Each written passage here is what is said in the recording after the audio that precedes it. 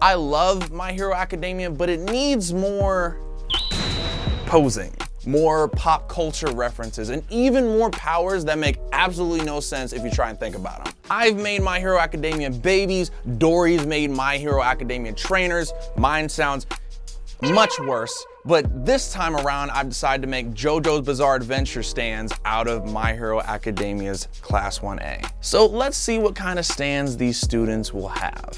But real quick, I have to shout out Audible, our sponsor for this video. Stick around to the end to hear some JoJo's inspired Audible recommendations. Next you'll say, what the hell is a stand? If you're a JoJo's fan, you'll probably know most of this, but for all of you who aren't familiar, I'm gonna go over the basics. Think of a stand as a representation of someone's fighting spirit and psyche. Stands can take just about any shape and have a wider range of powers than you could possibly imagine. Some are pretty easy to understand, like Star Platinum just looks like a dude and like punches a lot. Others are a little more out there. Heaven's Door turns people's face into a book, and the pages are filled with the subject's thoughts and memories, and the user can write in the book face to hypnotize somebody. There's long-range stands, short-range stands, stands that look like cars, stands that look like a bunch of tiny bugs, tomato people, cat plant. Yeah, I'm confused too. Point is, stands can be just about anything. But we gotta throw in the most important ingredient. Stand names have to be a pop culture reference. Sure, the first stands in JoJo's were named after tarot cards and Egyptian gods, but since the end of part 3, stands are typically named after various bands, songs, and albums. Imagine if instead of screaming, Detroit Smash, All Might screamed, Blue Oyster Cult. Boom, you got a stand. Oh, and just about every stand's name has a hilarious, copyright-safe version of their name in the English subtitles. So I guess instead of Blue Oyster Cult, it would be something like Blue Barnacle Coven. Significantly less cool, but we're not gonna get sued. So I can get behind that. To make things simple, let's draw a parallel to Class 1A's very own brooding bird boy, Tokiyami. His quirk, Dark Shadow, works just like a stand. Instead of Tokiyami throwing hands on his own, Dark Shadow fights on his behalf. It can go pretty far, so we could classify it as a long-range stand. It's always attached to him, but it's an entity that's completely separate from Tokiyami himself. Tokiyami even yells Dark Shadow every time he uses it. Sounds like a stand user to me. As powerful as stands can be, there's always a way to beat them. Sometimes it's just through sheer force, but plenty of stands have an exploitable weakness. Case in point, Dark Shadow becomes basically useless when exposed to bright light. Dark Shadow would also need a JoJo's makeover. Right now, he's more of a dark, spiky bird blob. But in the world of JoJo's, everything is stylish, especially the school uniform. So what would Dark Shadow look like?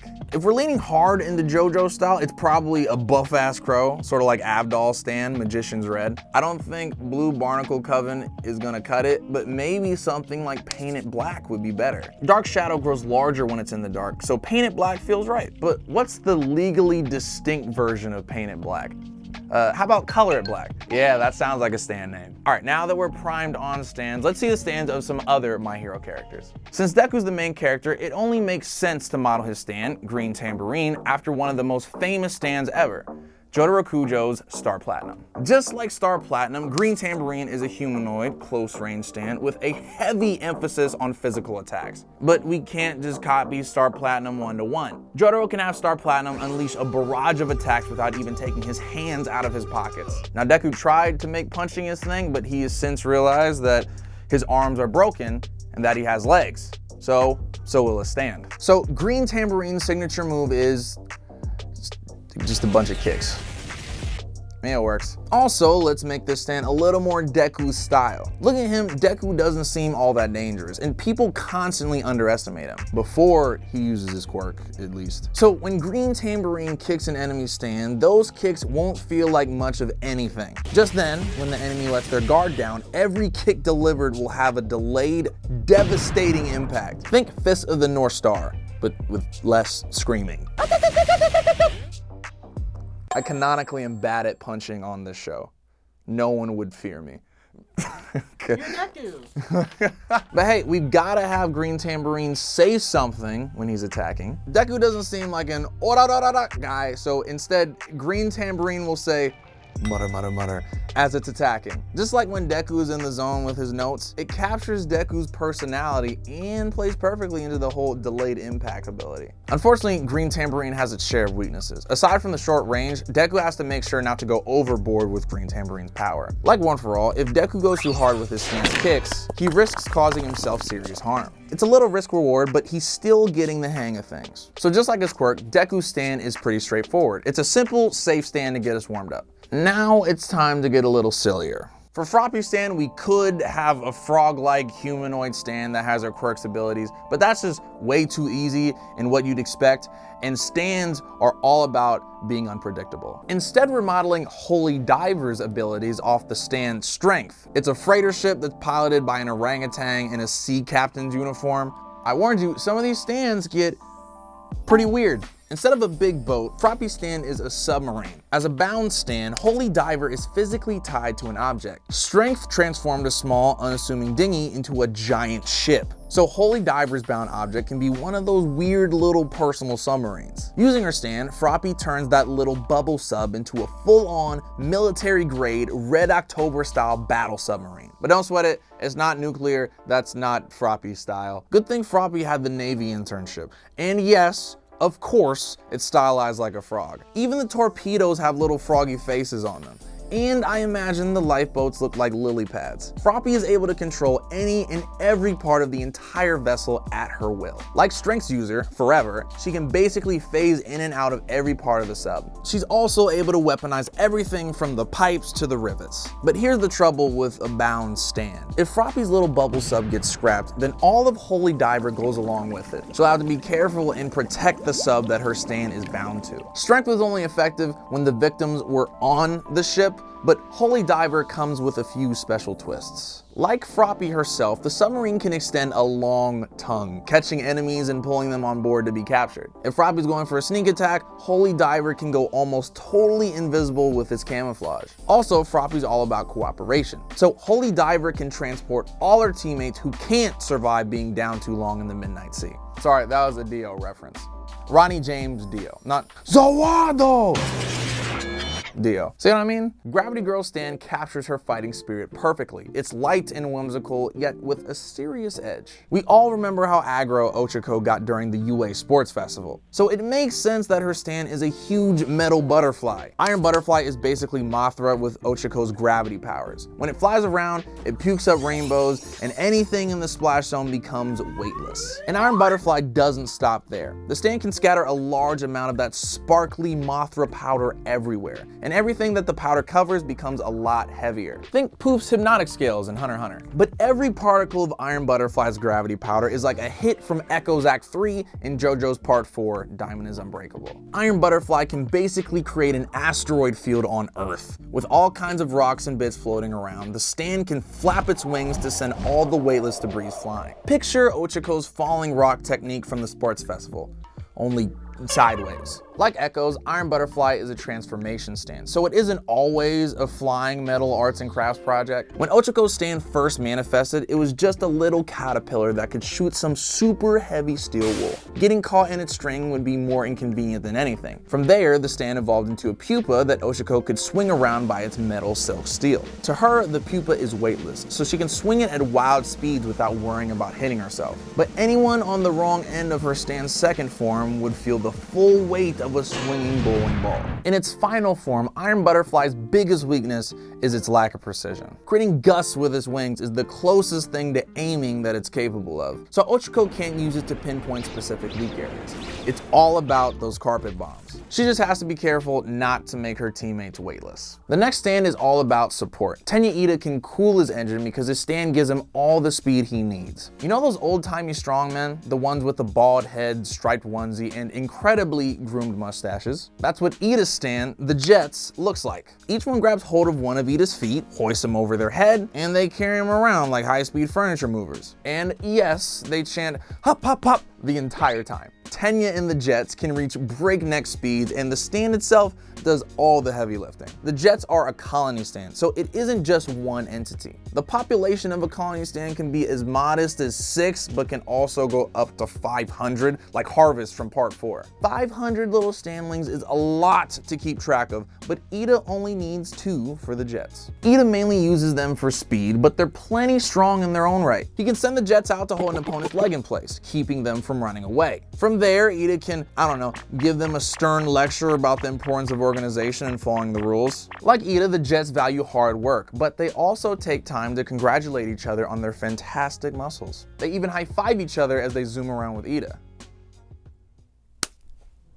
I'm so lame. But like true muscle men, the Jets constantly need food to fuel their strength. Iida has to keep them fed with plenty of steak and eggs. If he doesn't, they won't have enough protein and become so tired they can't lift him. At least he doesn't have to lay out a full lunch spread complete with tablecloth and wine for sentient bullets. Like Froppy, it would be way too easy to give Todoroki a stand that's just guy who also shoots fire and ice. So to change things up, his stand is a giant, floating, flaming mouth with ice cubes for teeth. Next you'll say, what the hell does that have to do with Todoroki? Well, hear me out. Todoroki isn't shy about how much he can't stand his dad, Endeavor. He just has a more passive-aggressive way of expressing his anger. For a while, he refused to use his fire, or he took his anger out on others.